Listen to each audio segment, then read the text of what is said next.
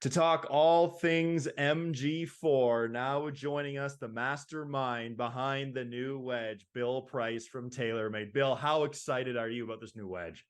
We're excited about it. The last two launches that we've had, MG3 and now MG4, has really put us on a different level with all the competition. So we're excited about this launch. It's been the fastest, easiest way for us to get the wedge into the tour players.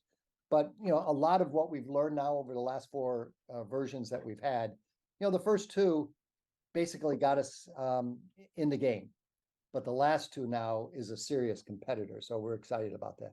I'm sure. Okay, so a lot of the excitement means there's some new technology in this new wedge. Tell us about some of the new tech behind this product.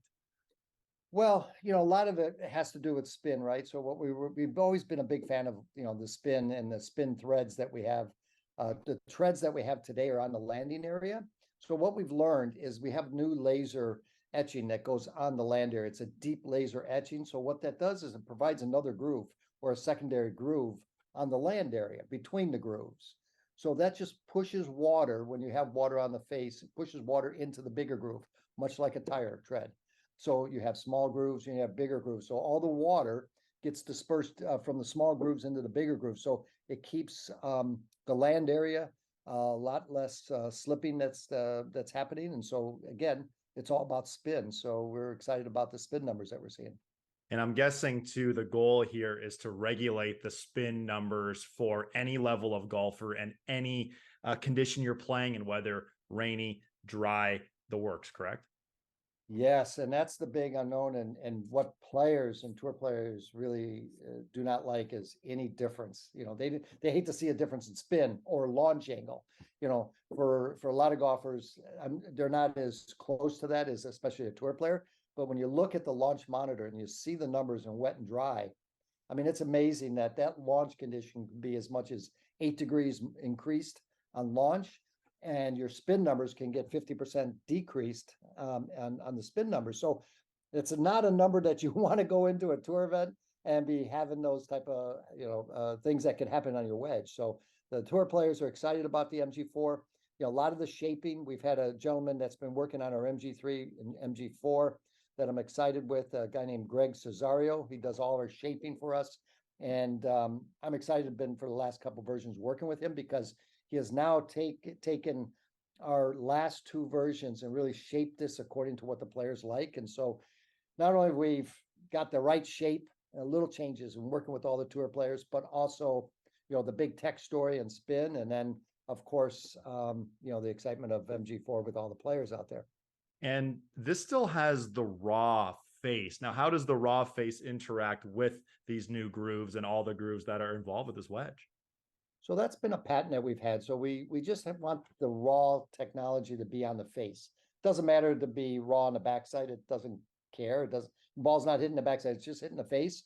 So having that raw feature that we have today combined with our spin treads that we have on the face creates that spin that we were talking about, or that not having that reduction of spin that you normally see in a wet condition. And I know it rains up there in Canada, just a little, right?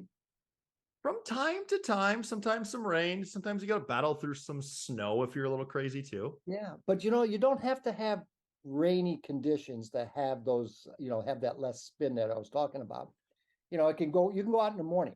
In the morning might be a little bit dewy, so you get a little bit. All it needs is a little bit of water on your face, which we can wipe off, or the ball, which you can't wipe off. So when you get a little bit of water on either one of those, that's what creates high launch and lower spin, and that's an absolute what a player is not looking for. No, totally. Especially with the pin placements that are on today. When you look on tour, tight pin placements that are out there today, they're trying to bring that ball in on a low launch with high spin, so it hits and stops right away. So being able to control that is what they want. Yeah, it was certainly what they want. It's certainly what the average weekend warrior would want too. Exactly. And I think, even they might be getting a little bit less spin numbers than a tour player, but they still want to have that control, whether it's wet or dry, no matter where you are, because you want to have that ball be able to stop and control that golf ball when it's going into a tight pin placement. Something I want to ask you too about is the increased flange thickness. For those who don't know what this means, tell us about it. Well, what that did is we just also worked with all the tour players from MG3 to MG4. We created a better sound, and sound is Oh, always feel. So by having that increase in the flange thickness behind the face where the ball's being contacted, created better sound. And better sound has a lot to do with feel. So they go together. So we're really excited about the sound and feel that we're getting with MG4. So that was just a little thing that we talked about. We also talked about the shaping. With Greg Cesario being able to shape these to what the players have been asking about, the top line, the leading edge. So just little things when you look at it now, and our home pro staff guys around the country that are starting to look at them are like, wow, this is the best wedge we've ever had. So we're excited about not only what it looks, the technology behind it, but also the sales numbers that we're starting to see. yeah, I've heard great things as well. Can't wait to put it in my hands too. Now, I understand there are also a number of different bounce options for these wedges too. There are. So we used to have 3 different bounce options, a standard bounce, which is our largest amount of sales that we do. We have low bounce options for the type of player, and high bounce. So there's different options for different players. So now we've always had 3, now we have 6. It's really a fitting tool to be able to have. So we have 2 in each category. So in the standard bounce, we have 2 options, and they work differently depending upon the player. So that was one of the things with tour players. There was a lot of tour input on this wedge. So being able to now really take the 3 options that we had into 6, we can fit every golfer that's out there today. So from MG3 to MG4, like I said, we couldn't fit. There was always going to be somebody outside that range, whether it's on tour or any customer that's out there. But now we can fit any customer in the MG4. There you go. There's so much great technology behind this new Taylormade MG4 wedge. Now, before we sign off, Bill, this is a very special time as you're entering retirement. So I just want to say from all of us here at Golf Talk Canada, congratulations on all the success you've had. We've really enjoyed interviewing you over all these years, and good luck in your next venture. Thank you so much. And I appreciate it from all my friends up in Canada.